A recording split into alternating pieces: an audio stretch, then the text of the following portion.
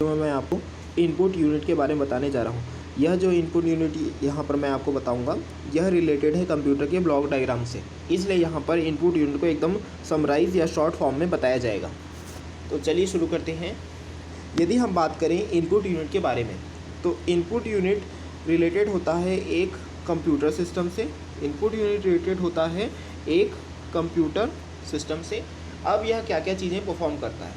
जो input unit होता है यह एक्सेप्ट करता है, स्वीकार करता है, यानी कि हम यह कह सकते हैं रीड करता है। किससे रीड करता है? इंस्ट्रक्शंस को। किससे रीड करता है? इंस्ट्रक्शंस को और डेटा को। इंस्ट्रक्शन को और डेटा को। यदि मैं इंस्ट्रक्शन के लिए एग्जांपल के लिए बोलूँ तो कैसा हो सकता है इंस्ट्रक्शन कुछ ऐसा हो सकता है 1+1 फॉर एग्जांपल। ठीक है, तो यहाँ पर 1 क्या कहलाएगा? डेटा। 1 कहलाएगा डेटा और प्लस कहलाएगा इंस्ट्रक्शन। ठीक है, तो कंप्यूटर क्या करता है? इस तरह के इंस्ट्रक्शंस को और डेटा को क्या कर सकता है? रीड कर सकता है या एक्सेप्ट कर सकता है। कहाँ से एक्सेप्ट कर सकता है? आउटसाइड वर्ल्ड से। ठीक है, तो हमने यहाँ बोल तो दिया कि इनपुट डिवाइसेस जो है आउटसाइड वर्ल्ड से डेटा को एक्सेप्ट करता है या फिर रीड करता है। ठीक है, तो क्या वो एकदम से अपने आप आउटसाइड वर्ल्ड से डेटा को रीड कर लेगा, एक्सेप्ट कर लेगा? नहीं। उसके लिए इनपुट यूनिट में रहते हैं कुछ इनपुट डिवाइसेस। ठीक है, जैसे कि कुछ इनपुट डिवाइसेस के नाम हमको पता है। एक होता है कीबोर्ड और एक होता है माउस। ठीक है, तो आउटसाइड वर्ल्ड से जो भी हमें डेटा मिल रहा है, या तो आप उसे कीबोर्ड से टाइप करोगे, टाइप करोगे, इनपुट दोगे, या फिर आप माउस से भी उसे एज ए इनपुट दे सकते हैं। ठीक है, तो कीबोर्ड में जैसे कि आपको पता है बहुत सारे कीज़ होते हैं। अप्रॉक्स 101 से लेके 107 तक डिफरेंट कीबोर्ड में कीज़ होते हैं। तो उनकी मदद से हम क्या करते हैं? डिफरेंट की को प्रेस करके डिफरेंट अपन आउटपुट दे सकते हैं।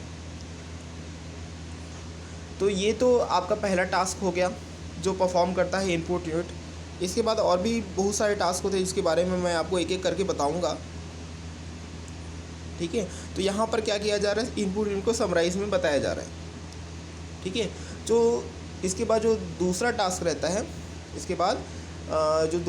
रहता है इनपुट यूनिट का, वो ये होता है कि जो भी हमने इंस्ट्रक्शन या डेटा दिया,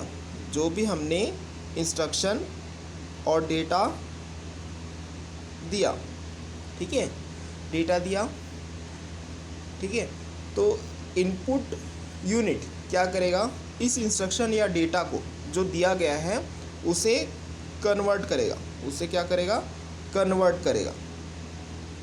किस फॉर्म में कन्वर्ट करेगा? ऐसे फॉर्म में कन्वर्ट करेगा कि वो कंप्यूटर के लिए एक एक्सेप्टेबल हो, यानी कि कंप्यूटर उसे समझ सके।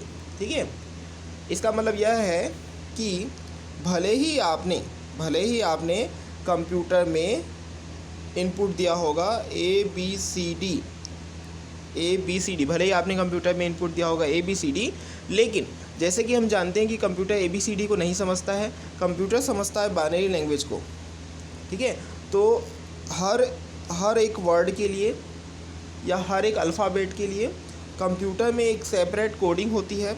यानी कि यदि हमने यहाँ पर ABCD लिखा है, सपोज़ A का कोड है 1, B का कोड है 2 और C का कोड है 3 और D का कोड है 4, तो कंप्यूटर इसे ऐसे रीड करेगा 1 2 3 4। ठीक है, इसके बाद कंप्यूटर इन चीज़ों को और जनरलाइज़ करते हुए इस चीज़ों को एक और लेवल पे जनरलाइज़ करते हुए इस वन को और किसी फॉर्म में कन्वर्ट कर सकता है, जैसे कि 000 और 2 को 110, 3 को 001 और 4 को 0001। ठीक है, ये कंप्यूटर के ऊपर है कि वो किस तरह की कोडिंग इस्तेमाल कर रहा है, उसके हिसाब से वह उसे किसी सेपरेट फॉर्म में कन्वर्ट कर सकता है। ठीक है, तो कन्वर्ट करने के लिए यहाँ पर हेल्प किसकी लगती है? इनपुट यूनिट की। इनपुट यूनिट क्या करेगा? कंप्यूटर को हेल्प करेगा। ठीक है, इसके बाद जो तीसरा टास्क रहता है जो आपका इनपुट यूनिट करता है वो ये है कि जब इंस्ट्रक्शन